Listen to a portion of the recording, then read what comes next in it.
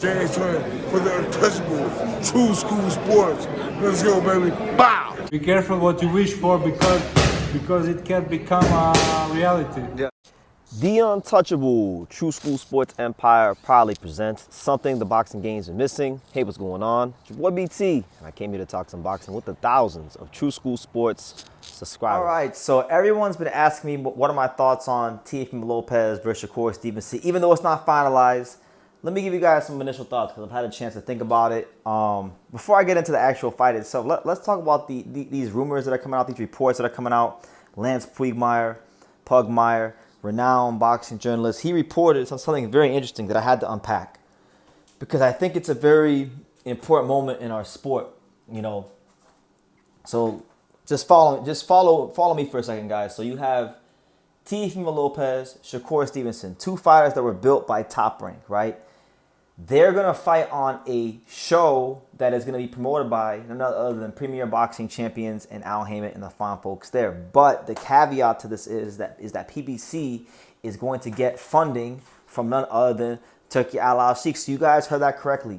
PBC, in association with Turki Al Sheikh, will stage the fight between Shakur Stevenson and Teofimo Lopez. So you got Riyadh season funding a PBC fight for two fighters that were built upon Top Rank. And that right there, ladies and gentlemen, will tell you exactly where our sport is right now. So we'll see how it goes. I'm actually not on no negative, not in a negative way, but I'm really intrigued to see how it goes. Like, okay, I've never seen PBC work with Turkey for a fight on American soil. But listen, they're bending the knee and they're kissing the ring like everybody else is. So, I mean, why should I be shocked? Why should I be shocked? This is a new world order in boxing. This is like the new world order in wrestling, you know, where everybody, they getting down, they're laying down. So listen, I shouldn't be shocked. PBC, they don't put on no shows like that like they should. They don't have a consistent schedule like that. So, you know, it's par for the course. This is not unexpected. So those are my short little thoughts on that. As far as Teofimo Lopez and Shakur Stevenson, if it does come off, great fight, amazing fight. You know, you got Shakur Stevenson trying to become a 4-division champion. You know, 126, 130, 135, and potentially now 140. And on top of that, he's not just fighting anybody at 140. He's fighting Teofimo Lopez, the lineal 140-pound champion, the man who beat the man who beat Josh Taylor. So I would definitely say without a shadow of a doubt, this is the biggest fight of Shakur Stevenson's career. It is the best opponent Shakur Stevenson ever fought in his career.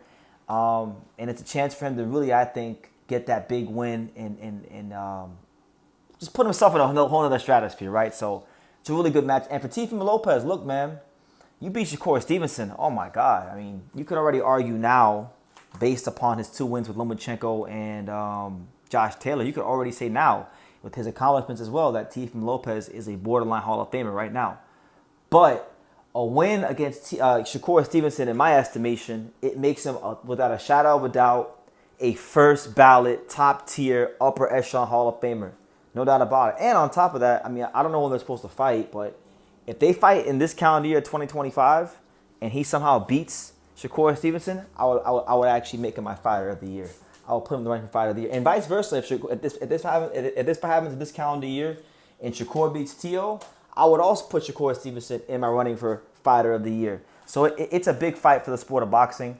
From a stylistic standpoint, you know, I'm not sure how Shakur is going to feel at 140. You know, we know that the skills pay the bills, and Shakur's got quite possibly the best boxing brain in our sport right now. It's up there. He's a very smart fighter. But one thing we know about Teofimo Lopez is that if there's ever such a thing as fighting up and down to the level of your competition, he is that, right? So one thing I like about this fight is the fact that Teofimo Lopez is hands down the most athletic fighter Shakur Stevenson's ever fought. There's no argument about that. That guy would have been Floyd Schofield if the fight would have happened, but unfortunately Schofield pulled out.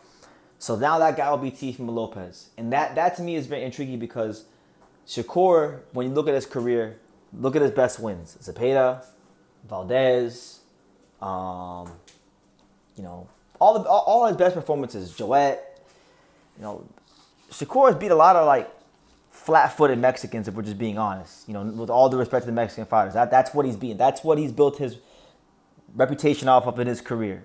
Teofimo is not that. Teofimo Lopez is very athletic, can punch, and has a lot of layers to his game, and is a very offensively creative fighter. So it's going to be a different type of challenge for Shakur Stevenson. But it's also going to be a big, big challenge for Lopez, because we've seen Lopez in there with some southpaw. We've seen him in there with Sandor Martin. We've seen him in there with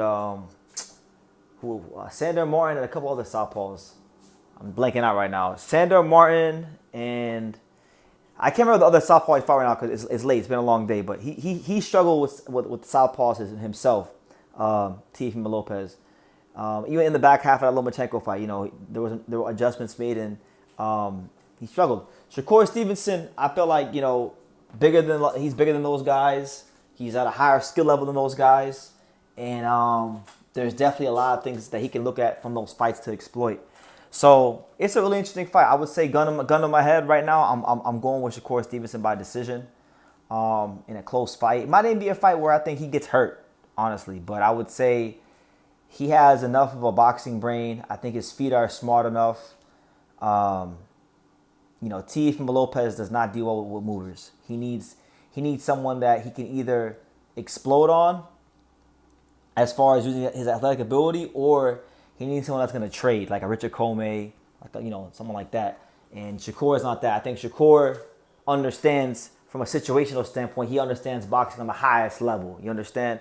So I would favor him, especially because Teofimo Lopez has a very hard time getting his lead foot on the outside of a southpaw. I would favor him to win. Something like a 116, or no, we'll go 116, 112 decision. I think Teofimo Lopez's athleticism and just some of the things he does from an athletic standpoint will trouble Shakur at points in this fight. But I think ultimately, as they say in boxing, class will tell over time, and the cream will rise to the top. And I think Shakur Stevenson's ability to get that lead foot leverage and dominate with his lead right hand out of that southpaw stance, I think that's the difference in the fight.